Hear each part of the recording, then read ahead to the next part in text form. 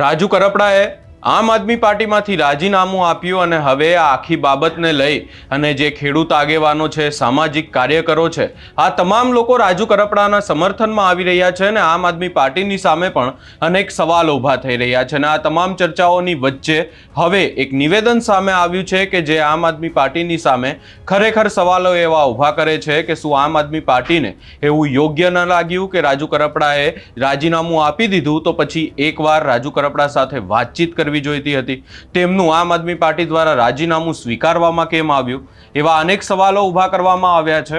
શું છે સમગ્ર મામલો, વિગતે ચર્ચા કરીશું। નમસ્કાર, હું છું ઉજ્જવલ અને આપ જોઈ રહ્યા છો નિર્ભય ન્યૂઝ।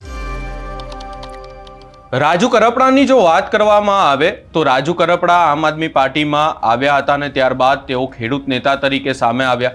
ખેડૂત નેતા તેઓ પહેલાથી જ હતા, પરંતુ તેમણે જેવી રીતે સવાલો ઊભા કર્યા એમનું એક મહત્વનું સ્થાન આમ આદમી પાર્ટીમાં બની ગયું હતું અને રાજુ કરપડા જેલમાં ગયા ત્યારબાદ રાજુ કરપડાએ આમ આદમી પાર્ટીમાંથી રાજીનામું આપ્યું।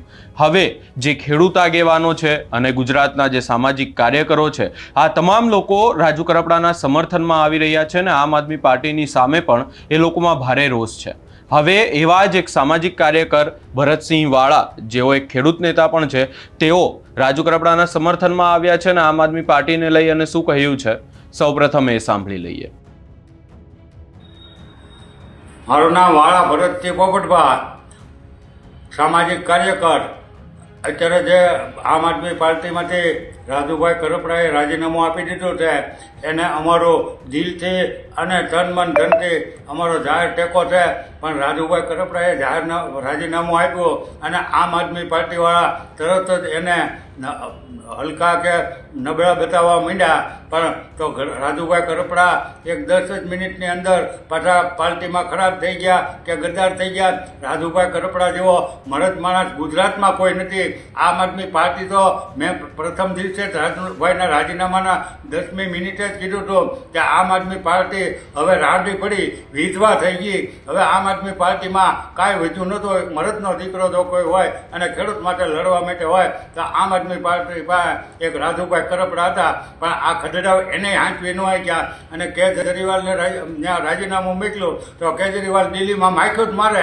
એનામાં જો માનવતા હોય તો રાજુભાઈ પાસે આવી અને તરત આ વાતને એને પાર્ટીને સમજાવીને પતાવી દેવી જોઈએ અને રાજુભાઈનું રાજીનામું સ્વીકારવું ન જોઈએ, પણ એ ત્યાં દિલ્હીમાં અડપ વાળીને બેસી ગયા। એટલે આ આખી આમ આદમી પાર્ટીના નેતાઓ છે પ્રદેશના અને દેશના, એ બધાએ ખૂંટલ અને લોકોને પ્રજાનું કોઈ કામ કરવા, હવે ખેડૂતોનું કામ કરવાવાળો એક જ રાજુભાઈ કરપડા હતા।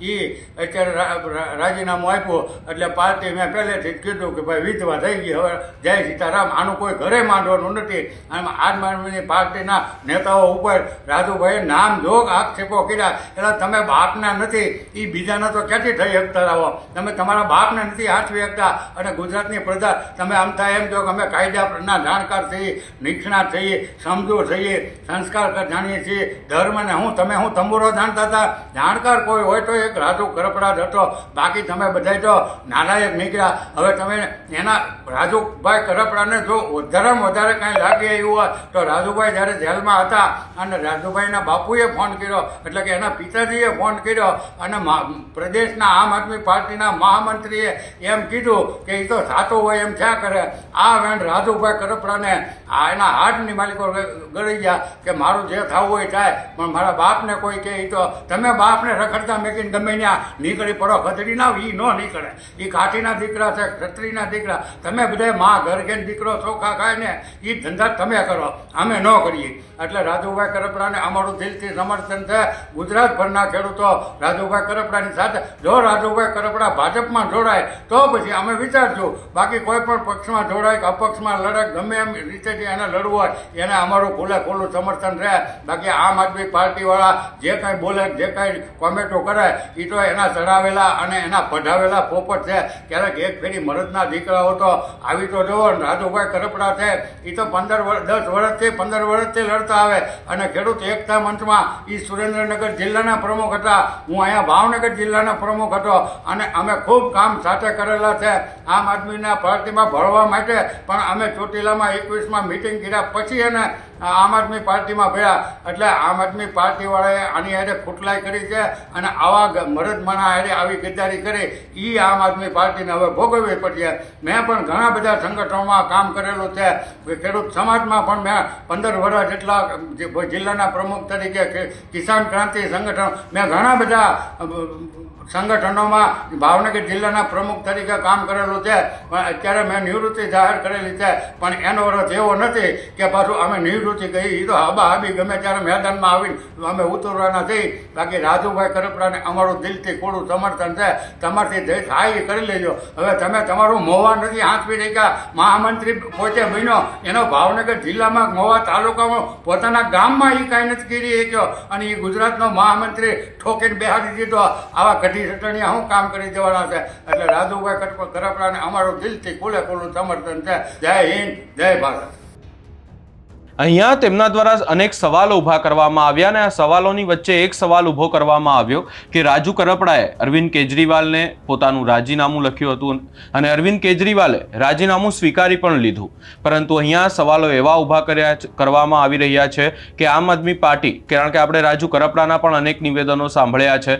રાજુ કરપડા દ્વારા સ્પષ્ટ એવું કહેવામાં આવ્યું છે કે તેમણે રાજીનામું આપ્યું ત્યારબાદ તેમને એક પણ વાર આમ આદમી પાર્ટીના કોઈ પણ નેતાએ ફોન નથી કર્યો કે તેમને વાત નથી કરી કે તેમણે રાજીનામું કેમ આપ્યું છે આ તમામ બાબતને લઈને, અને એમનું રાજીનામું સ્વીકારી લેવામાં આવ્યું.